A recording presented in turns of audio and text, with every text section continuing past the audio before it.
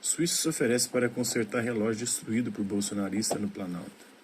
O embaixador Pietro Lazzeri disse que será uma manifestação em favor da democracia e restaurar o relógio destruído por bolsonarista durante tentativa de golpe no dia 8 de janeiro. O governo brasileiro pode ter encontrado uma solução para recuperar o relógio do século XVII que foi destruído no Palácio Planalto durante os atos golpistas do dia 8 de janeiro.